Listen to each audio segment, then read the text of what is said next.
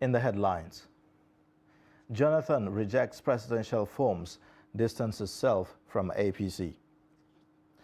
Senate President joins presidential race, speaks nomination form.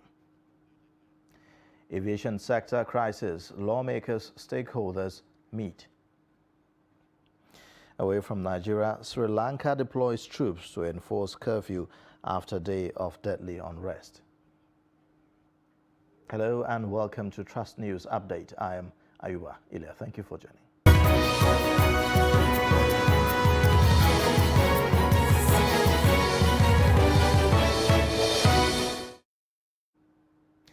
Beginning with political stories, former President Goodluck Jonathan has rejected the nomination and expression of interest forms brought for him by a coalition of northern groups on Monday.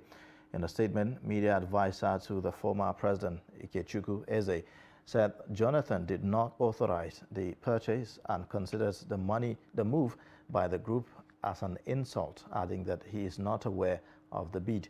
The statement further said that Goodluck Jonathan is not a member of the APC and therefore could not have accepted such gesture from those behind the move and urged the public to disregard the action of the group. Meanwhile, Miyetti Allah Cattle Breeders Association of Nigeria, Makban, says it did not and will not buy any form for any candidate contesting elections. The group, in a statement signed by its national secretary, Baba Otman Ngelzarma, said it has nothing to do with the buying of a presidential nomination form for former President Goodluck Jonathan for the 2023 elections. According to them, the politics should be left to politicians, as they see no mileage in supporting any politician when they are overwhelmed by the crisis being faced by their members nationwide. Makban, however, said that it will support a candidate that shows commitment to end the suffering of their members after conclusion of party primaries by all the political parties. Senate President Ahmad Lawan has declared his intention to contest the 2023 presidential election on the platform of the All Progressives Congress. Lawan made the declaration on Monday in Abuja while receiving the 100 million naira APC nomination and expression of interest forms presented to him by a political group, National Stability Project, led by Chief Sam Nkire. The Senate President, who said he had listened to various calls across the nation asking him to contest the office of the President, said he was ready to commit himself to the calls. A group known as the Good People of Nigeria say that they have bought the 100 million naira All Progressive Congress presidential forms for the Minister of State, Petroleum Resources and Chief Timipre Silva. Speaking at the NNPC tours in Abuja, leader of the group, Alhaji Muhammad Abu Abaji, said the group has been closely monitoring the works of the minister in controlling the petroleum resources of Nigeria and believes that he is the right person to take over from President Muhammadu Buhari. The group said it believed that as a president, a lot will happen for oil prospects, which will engender development of Nigeria. Responding, Silva, who received the forms, lauded the group for the initiative, but maintained that he will not confirm his acceptance of the forms until he consults with key stakeholders before making his decision to contest the election. Zamfara State chapter of the All Progressives Congress has commended the national leadership of the party under His Excellency Senator Abdullahi Adamu for resolving the crisis that rocked the party, causing division among members.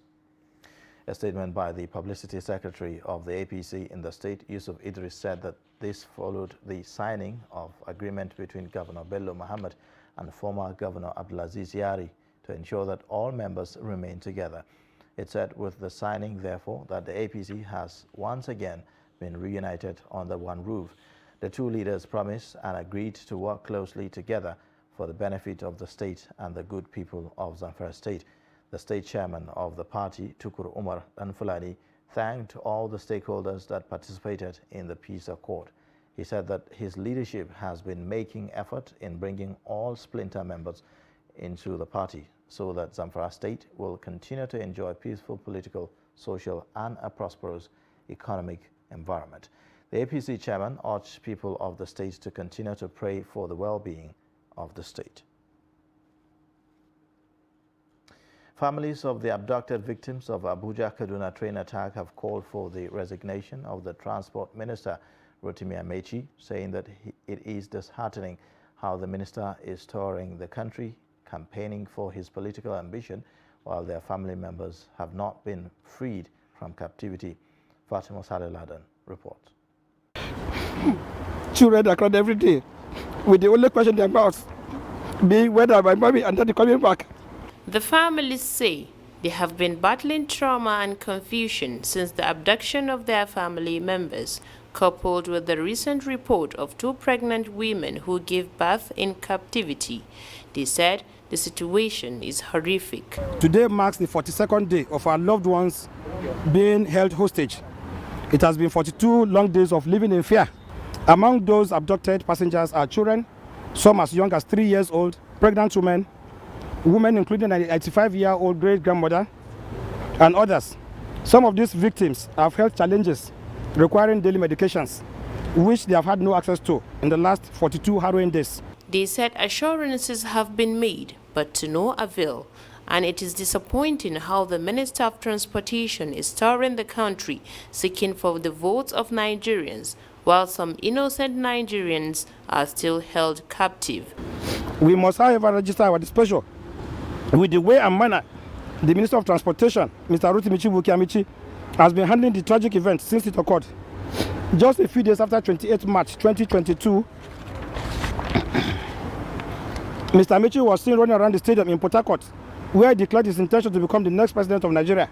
Mr. President also directed the management of Nigerian Railway Corporation to establish a situation group to give a minute-by-minute account of rescue efforts to relatives of kidnapped passengers.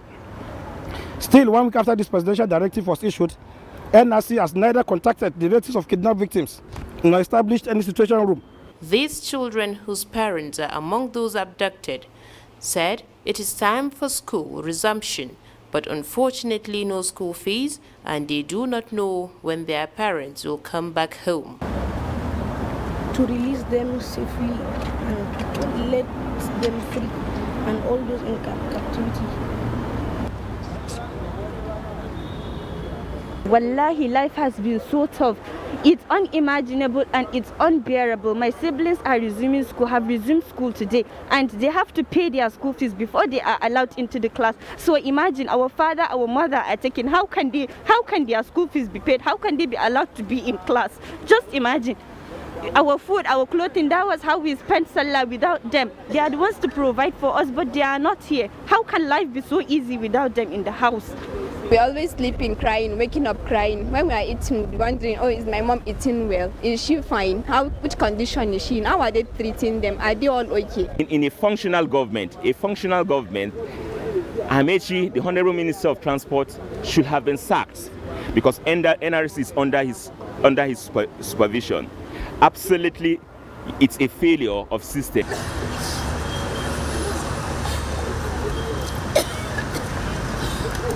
It has been 42 days since the unfortunate incidents, and up till now, no positive result.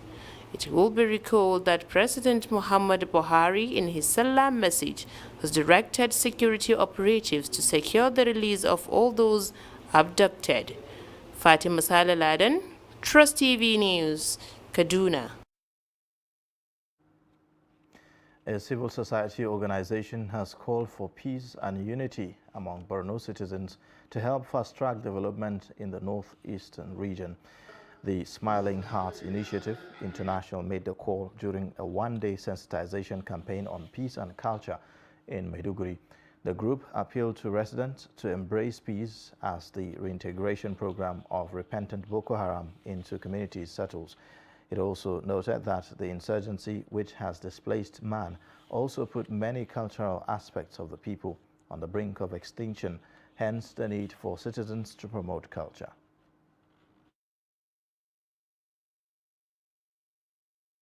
A lot of people and their culture is embarked, because most of them, they were coming back from their attack regions, came into the town, and we saw some differences because most of those people are well cultured. Then the ones there, it seems like they were letting go of their culture. So coming back to them, bringing them back to this town, made them to bring the people together with the culture and to unite them more. Yeah, actually it's a sensitization on peace and culture. And the essence of peace, as we know, is an action or to identify and support structures to support and supplement the efforts of government in expanding peace. Because now that we are having repentant Boko Haram, a lot of people are not willing to accept them. So how do we preach this idea? How do they tolerate them? How do they accept them, accommodate them, and forgive them? And we all know forgiveness is for God, but within us, we need to put it at our back so that we can forge ahead. The Center of Excellence for Sickle Cell Disease Research and Training in the University of Abuja Teaching Hospital has called on mothers to ensure regular visits to health facilities as a way of combating sickle cell disease in newborns. The center made the call at a training workshop it organized for health workers and mothers on newborn sickle cell disease intervention in collaboration with the National Primary Healthcare Development Agency. Trust TV's Aisha Salihu was at the workshop and now reports. The training, which drew participation from health workers across primary health care centers in the area councils of the Federal Capital Territory, is part of efforts geared towards combating the rising number of the sickle cell disease in newborns. It is also in continuation of a 2020 launch of the Pediatric Sickle Cell Disease Program between the National Primary Healthcare Development Agency and Center of Excellence for Sickle Cell Disease Research and Training at the hospital, where health workers from 20 primary healthcare centers were trained. One of the aspects of what we do in this sickle cell program is to ensure adequate training, in terms of manpower development. You can't go too far if the people who you're using in a project are not properly trained and do not follow the protocols as regards that project. We are working across those 20 centers from various places, Abaji, Kuje, and the rest of them across the FCT. They are the ones that we are primarily training today. We have a free genotype test, a screening test for newborn babies in the FCT. Bring the baby to the clinic on Wednesdays, the pediatric clinic, so that we can educate you on how to look after the baby, so that we can give you the free drugs that are available. Experts at the capacity building workshop trained the participating health workers in collection procedures as well as testing and storage of blood samples during genotype testing, while mothers of newborns were encouraged to take advantage of the free services rendered at the clinic. Well, I am in the clinic, the pediatric clinic, and apart from newborn screening, we take care of the regular patients, sickle cell patients from birth to 18 and above. Deployment of new techniques aimed at early detection, counseling, comprehensive care through vaccination and treatment to better manage the sickle cell disease condition in newborns are tailored towards preventing child mortality from complications. Aisha Salihu, Trust TV News, Abuja. You're watching Trust News Update. Coming up shortly. Persisting fuel scarcity. Details and more after the break. Join us again. Daily, we bring you updates around politics. People like you who are very young, you have no future. Anybody now who is 30 years, if what is happening to them continues, by the time you are 60, you will have no country. The DPO of a particular unit does not have to wait until the commissioner tells him what to do within his jurisdiction. We have political parties on the ground. Some of them have been there for years. But they themselves, in their own sober moments, they know that this country is not the one they're expecting to run. Policy and governance. Are you saying the NBS is lying? I'm saying to you very clearly that the NBS has a serious problem with accurate data till today. The 5th Assembly, as well as the 7th Assembly, they are on attempt were unproductive. Emergence of the Taliban has simply emboldened terror groups globally. There is a lot of attention with regards to security developments in Nigeria. On Daily Politics, we interrogate issues, holding the actors to account, bearing in mind all the sides. We heard that in some places now, people have to go and pay tax, not to the local government, not to the state, but to criminals. Nobody can come to your house and kidnap you without information. If this country is bleeding, it is bleeding because we have failed to educate our young.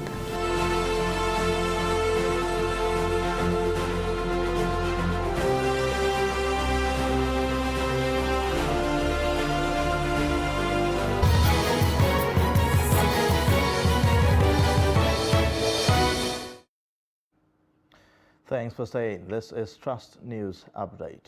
A look at our top stories again now. Jonathan rejects presidential forms, distances self from APC.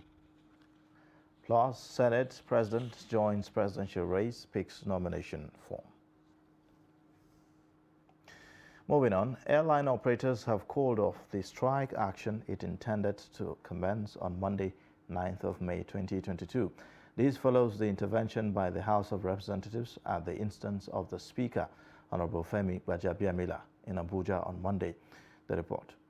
At the end of the 4-hour session between the House, airline operators and the Group Managing Director on the NNPC, Mele Kyari, the overlanding cost of Jet A1, it was agreed that the proposed strike be called off to save the nation and Nigerians from untold hardship. The Speaker, Honorable Femi Gbajabiamila, read out the terms of agreement between the marketers and operators, which will pave way for the smooth running of the aviation sector in the short, medium, and long terms. The third resolution is that on the long term, mid to long term, if right now you will begin or commence the process of application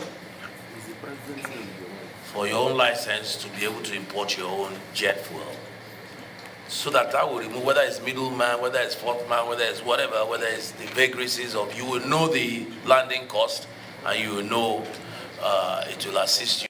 With the resolution, it is expected that in the next 3 months, 6 million liters of ATK will be made available to the operators at 480 naira per liter to be supplied through their preferred marketers, while in the term, it was resolved that license be granted to airline operators to import their aviation fuels directly from international oil markets. Other organizations present were the Central Bank of Nigeria, the NNPC, as well as the up and the downstream petroleum sectors, amongst others, who all made submissions. Right, Honorable Speaker, needless to say that there is no fixed price. This is a deregulated product. So you cannot hold on to any price. And indeed, what you have seen in the media, the 700 naira reference point cannot be a reference point. It depends on the market condition. It can be higher than 700 naira per liter, depending on what price the market gets to.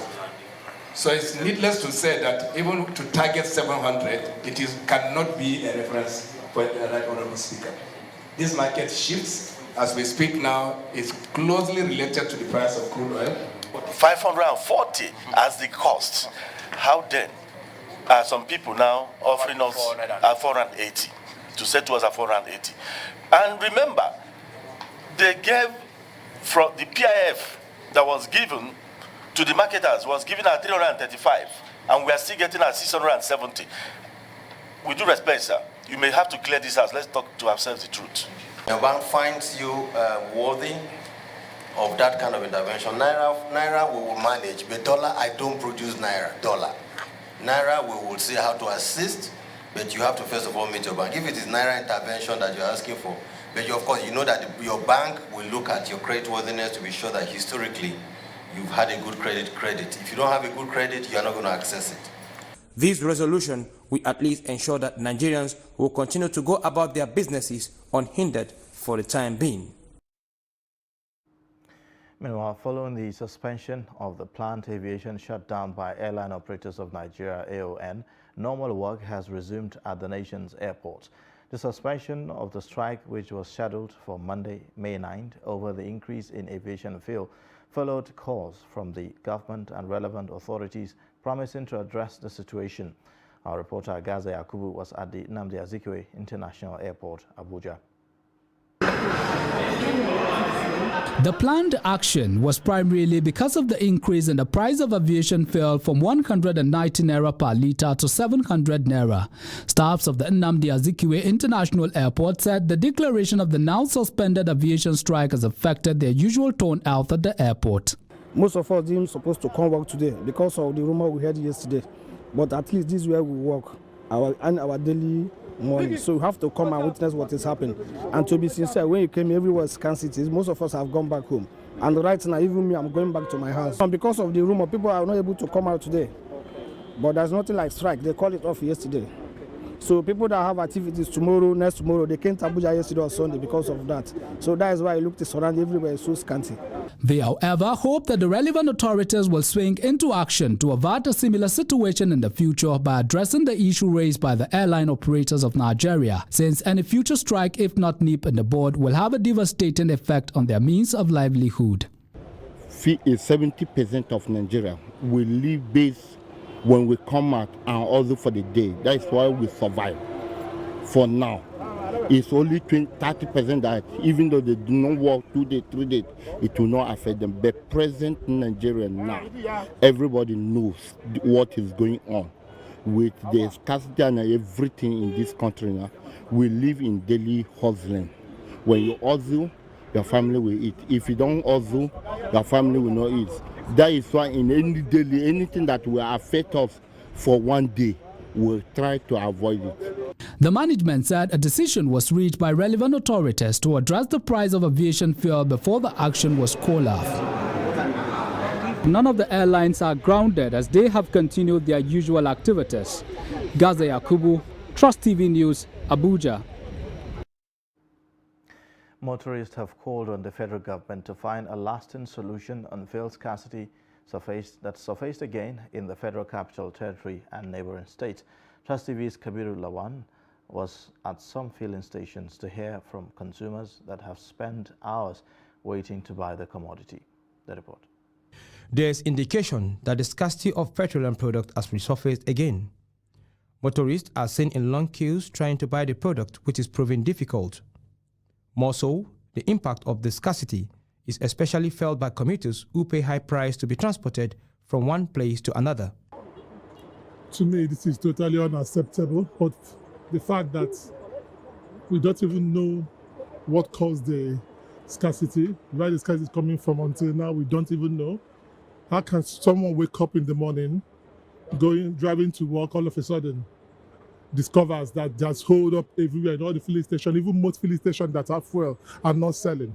That I do not know until now, but I'm sure, I'm very, very convinced that a whole lot of filling stations here in Abuja have fuel. Traffic gridlocks appeared across major parts of Abuja as many service lanes were closed to traffic due to queues from the petroleum stations. Consumers of the product told Trust Television that they left their various houses in the early hours to queue up at the filling station to get the commodity, but to no avail as they are still in the queue waiting for their turn. Some consumers further revealed that they had to tip fuel attendants to be able to buy the product. I feel very bad because what we are suffering in Nigeria because of fuel subsidy is very bad. We are really suffering a lot. To get a fuel for your working or what you are using a fuel for is very expensive for us in Nigeria. Whether is the citizen of Nigeria and whether is we don't have anything and we are the ones suffering most in Nigeria. It's very bad. We can't continue this. This country needs to be changed. We need to change. We need changing in the country because the country is really going very bad situation that we, the poor ones, cannot even get anything. I come here as early in the morning, around 6 o'clock in the morning. This is now I'm going back. Even before I go back, I paid bribe before they give me this fuel. It's shocking to me that I just woke up yesterday evening to discover that we're experiencing scarcity. I don't know where it's coming from, but I think something really fast needs to be done. They said this fuel scarcity will affect food prices in the market as transporting these food items is also expensive. Most people slept here overnight and they are still not happy, and everybody have been talking their ordeal about the fuel scarcity presently going on in Abuja. In Abuja, Kabir Lowell, Trust TV News. And now, the effect of the Russia-Ukraine crisis, which began on the 24th of February 2022, has continued to affect global economies, with Nigeria having its fair share. With Russia as one of the largest oil producers and Ukraine the largest in wheat and grains, their inability to service markets across the world due to the crisis has negatively affected businesses, including those in Nigeria. Chamong Dabeng has more. The Russia-Ukraine crisis has continued to take a toll on the rest of the world. In Nigeria, the cost of fertilizers, wheat-based food items and energy has soared exponentially, with the cost of diesel rising from about 280 naira in January to 700 naira per litre today. The hike in cost of energy has greatly affected the cost of doing business in Nigeria, resulting in an equal hike in the cost of goods and services. Economist Dr. Emeka Okengu speaks on the matter. This is us. We burn, flare on a yearly basis 2 billion cubic feet of gas. And we import a fraction of that from Russia or Ukraine. Okay? This is us wanting to cry about, oh, energy is a major problem. And then you have these telecommunication companies that say to you, we are running our own generators.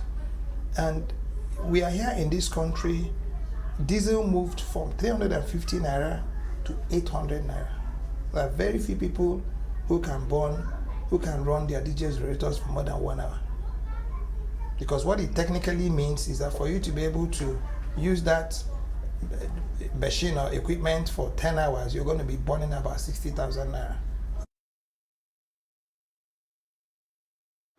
Away from Nigeria, Sri Lanka deployed thousands of troops and police Tuesday to enforce a curfew after 5 people were killed at an unprecedented economic crisis. Nearly 200 were also wounded Monday as Prime Minister Mahinda Rajapaksa resigned, but that did little to calm public anger. Rajapaksa had to be rescued in a pre-dawn operation by the military on Tuesday after thousands of anti-government protesters stormed his official residence in Colombo overnight, with police firing tear gas and warning shots to keep back the crowd.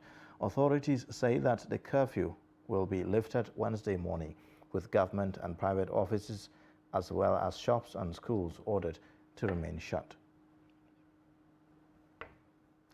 And with that, we wrap up Trust News Update. You can watch more by clicking the subscribe button on our YouTube page and also connecting with us via all social media platforms. I am Ayuba Ilya. Thank you for watching.